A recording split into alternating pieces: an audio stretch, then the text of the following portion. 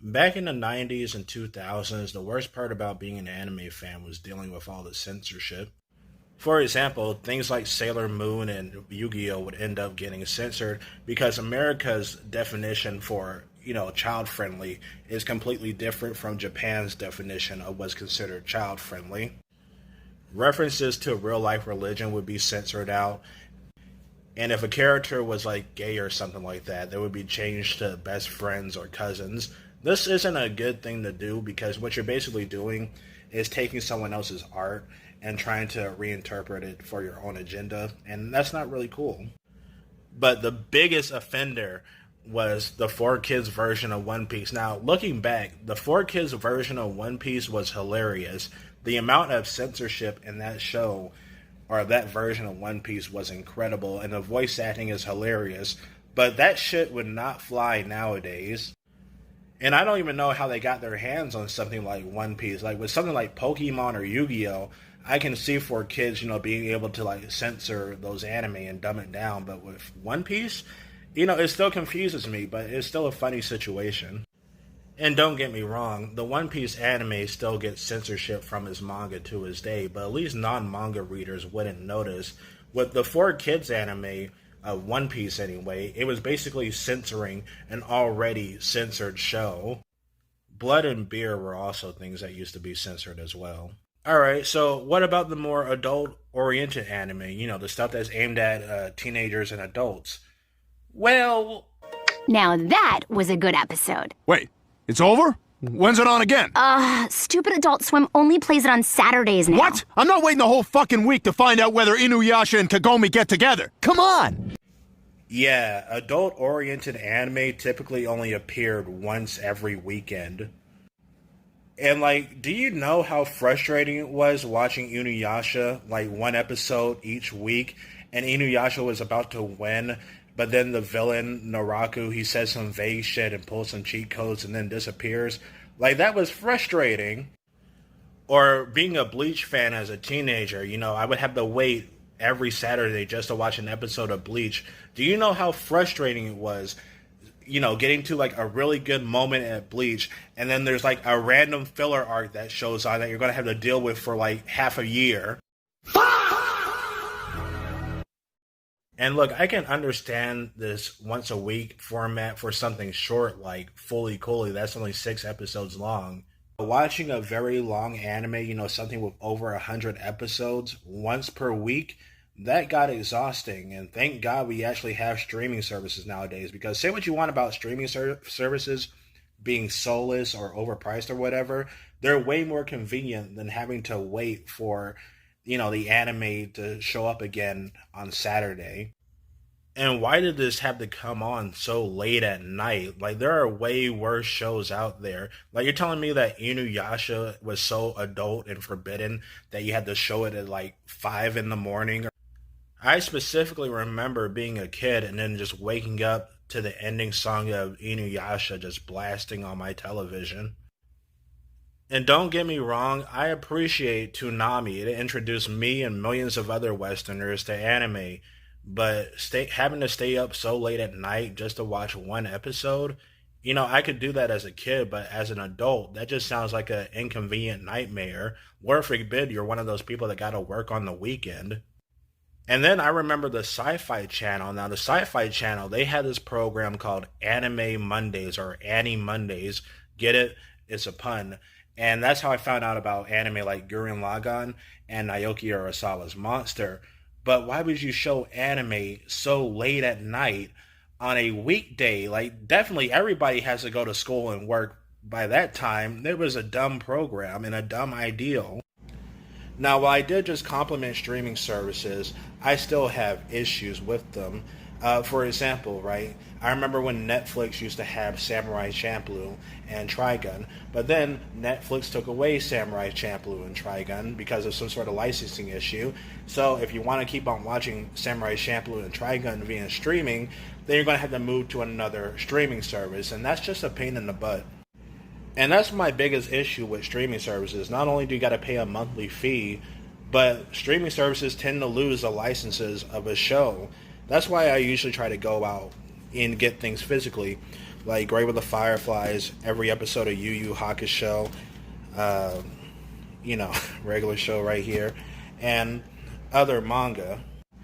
But yeah, The Sopranos is the best. It's the best anime. But going physical isn't always easy either, because physical media has a habit of going out of print. When something goes out of print, that means it's no longer being legally supported, and as a result, certain pieces of manga or anime become more expensive. Sometimes certain series do have better, preservation than others, but then you have something random like Air Gear.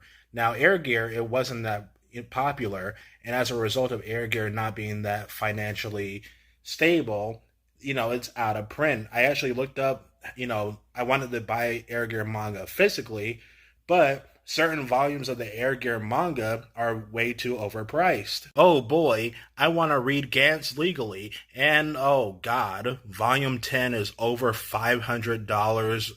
Why are we still here? Just to suffer? Every night, I can feel my leg. And yeah, I know with, manga like Air Gear and Gantz, you can buy it digitally, but when it comes to manga, I prefer the physical stuff, Because with physical media, you don't need to make an account. You don't need to rely on Wi-Fi. You don't need to stare at a screen. That's why I just always prefer, going physical when it comes to manga.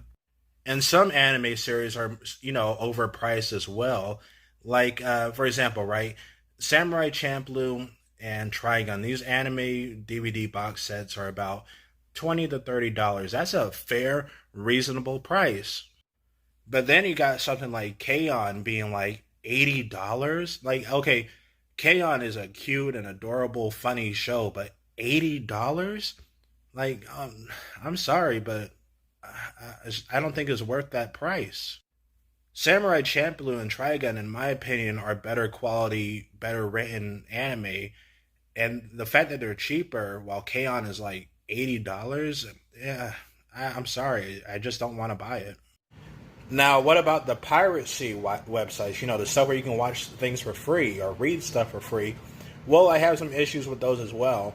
Piracy websites tend to have a horrible habit of just having random pop-ups appear on your screen, and that's really annoying and dangerous because those pop-ups, they could have like viruses and spyware and all that other creepy stuff. But the issue with piracy websites is that they all are at risk of being taken down for legal reasons someday. So with piracy, if you're going to go that route, it's more of a situation where you better enjoy it while you still can, because it's not going to be around forever. Like, I remember when Kiss Anime was super popular and nobody thought that would get taken down, and it got taken down.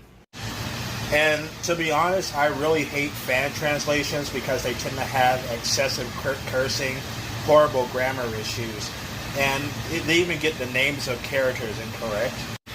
Like, I remember reading Gantz years ago before going to Army Basic Training, and, the fan translation for Gantz was full of grammatical issues. Like, it felt like I was reading something made by someone who wasn't fluent in the English language.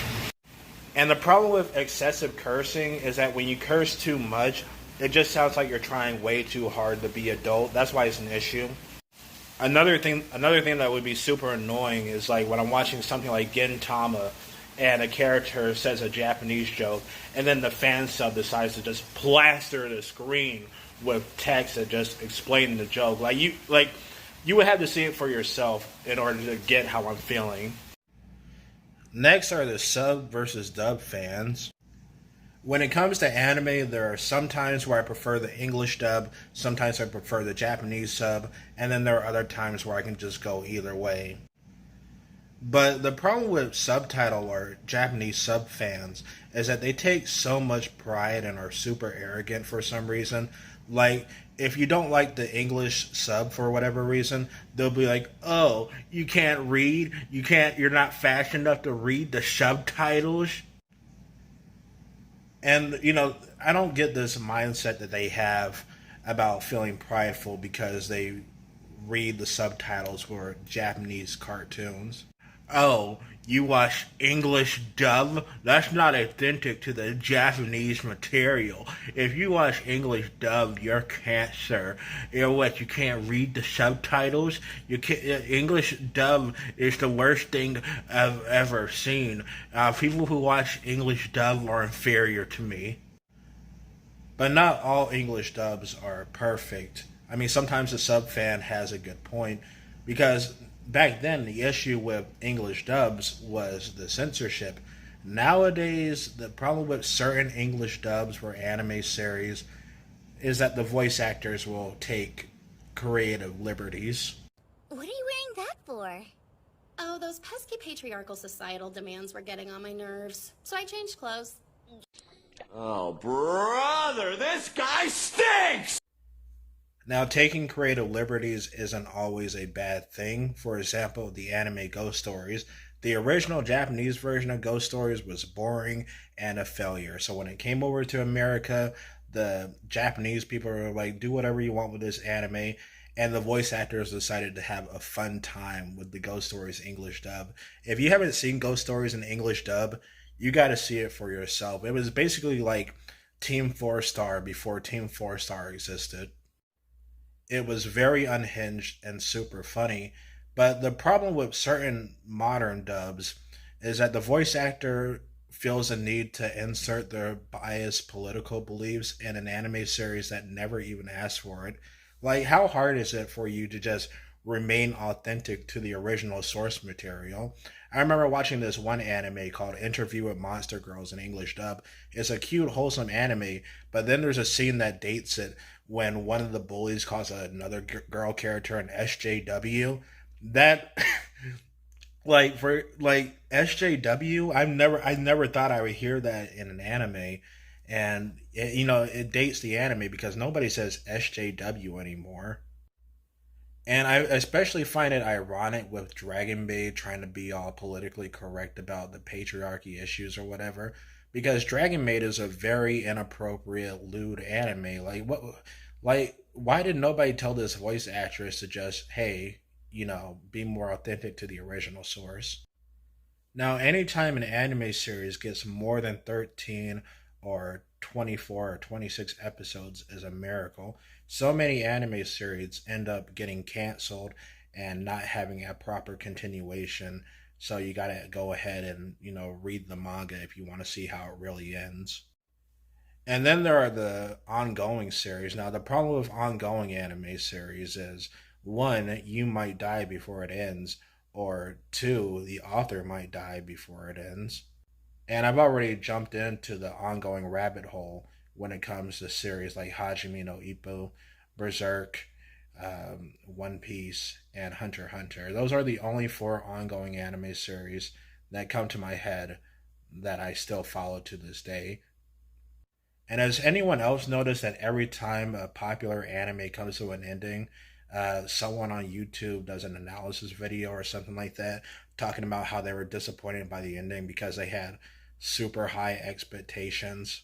Now having high expectations is understandable because you're the consumer. You invested time and money into this product, so you have every right to be upset when it doesn't end the way you want it to. But I feel like something like One Piece, for example, like it could have like a perfect ending. And I already predict that there's going to be like a million videos of people just complaining about the ending. Because when you have something like One Piece go on for so long, there's no way that how it ends is going to manage to make everybody happy.